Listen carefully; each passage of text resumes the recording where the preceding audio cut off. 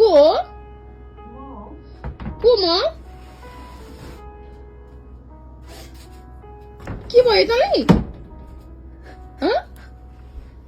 के भयो भन् त? ओए के भयो भन्न? किन रोकी?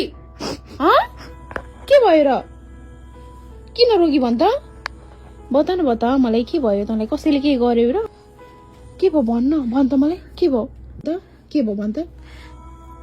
नरो, पहिले आँसु पुछ। के भयो भन् त मलाई, भन्न के भयो त? के भयो भन् त? नडराइकिन भन्न, के भयो भन्? के भयो भन् त? कहिले के गर्यो तँलाई? भन्न के भयो? मलाई डर लागिरहेछ कि के भएको तँलाई? मलाई भन्न, म तेरो दिदी जस्तै हो। तैँले मलाई नभने कसलाई भन्छेस? भन् त के भएको भन् मलाई। म छु नि त तेरो लागि। कसले के गर्यो मलाई भन् त। अब सुन्नु न, यत्रो धेरै भयो जापान आएको पनि काम नपाएर भौतारी रहेको थिए।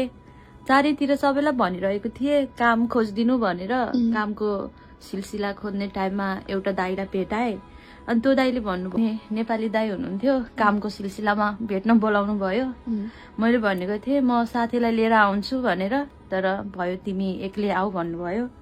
कुरा गर्दै गयौँ अनि दाइले विभिन्न कुराहरू गर्दै जानुभयो। म दाइले भनेको कुरामा सहमति थिएन। जापानको बसाइमा त दिदी अनि यो जापानको बसाइ निकै गाह्रो रहेछ। जुन सपनाहरू सोचेर आएको थिएँ त्यो सपनाहरू पुरा गर्न सक्दैन जस्तो लागिरहेको छ। अनि कुरा गर्दै जाँदा त्यो दाइले अनेकौं लोभहरू देखाउनु भयो। म त्यो कुरामा सहमति नहुँदै पनि त्यो दाइले बिस्तारै अलि नराम्रो क्रियाकलापहरू देखाउन थाल्नु भयो।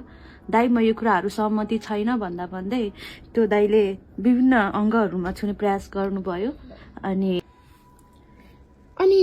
तैँले के गरिनेस् त? यो कुरा कहिलेको? मलाई भन्नुपर्छ नि, यो कुरा कहिलेको?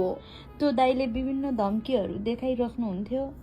म तिमीलाई काम लगाइदिन्छु भन्नुभयो। अब म सोझो मान्छे, म दाइले लगाइदिनुहुन्छ होला भने। जापान आएको पनि यतिका टाइम भइसकेको थियो। मैले कसैलाई भन्न पनि सकेन। यदि तिमीले कसैलाई भन्यो भने म तिमीलाई उल्टै विभिन्न किसिमको आरोपहरू लगाएर फसाउँछु भन्नुभयो। अनि डराएर मैले केही कुराहरू पनि भन्न पाइनँ। अब यस्तै हो कि हेर बहिनी, जापानको ठाउँ भनेको कि राम्रो काम मुस्किलले मिल्छ होइन। कतिपय मान्छेहरू यस्तै नराम्रो काम गरेर आफ्नो जीवन चलाउने पनि हुन्छन् है। र अर्को कुरा, यो जापानको बसाइमा को कति बेला कसको शिकार बन्छ कसैलाई थाहा हुँदैन। यहाँ कसैले आफ्नो इज्जत बेचेका छन् त, यहाँ कसैले आफ्नो मन बेचेका छन् त, यहाँ आफ्नो सम्मान बेचेका छन्। अर्काको देशमा भएपछि धेरै कुरा सहनु पर्छ। हेर म आएको पनि 2 वर्ष भयो। यो 2 वर्षको गतिविधिमा मैले पनि धेरै कुराहरू भोगे।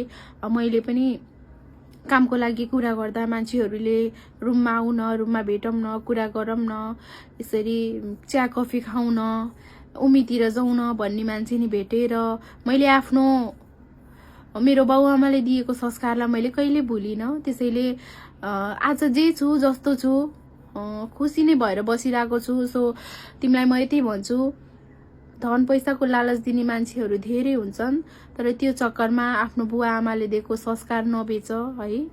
तिमीलाई म त्यही भन्छु। र त्यो मान्छे को हो हामीले राम्रोसँग छानबिन गरेर बुझेर त्यो मान्छेलाई एकदम सबक सिकाउनु पर्छ।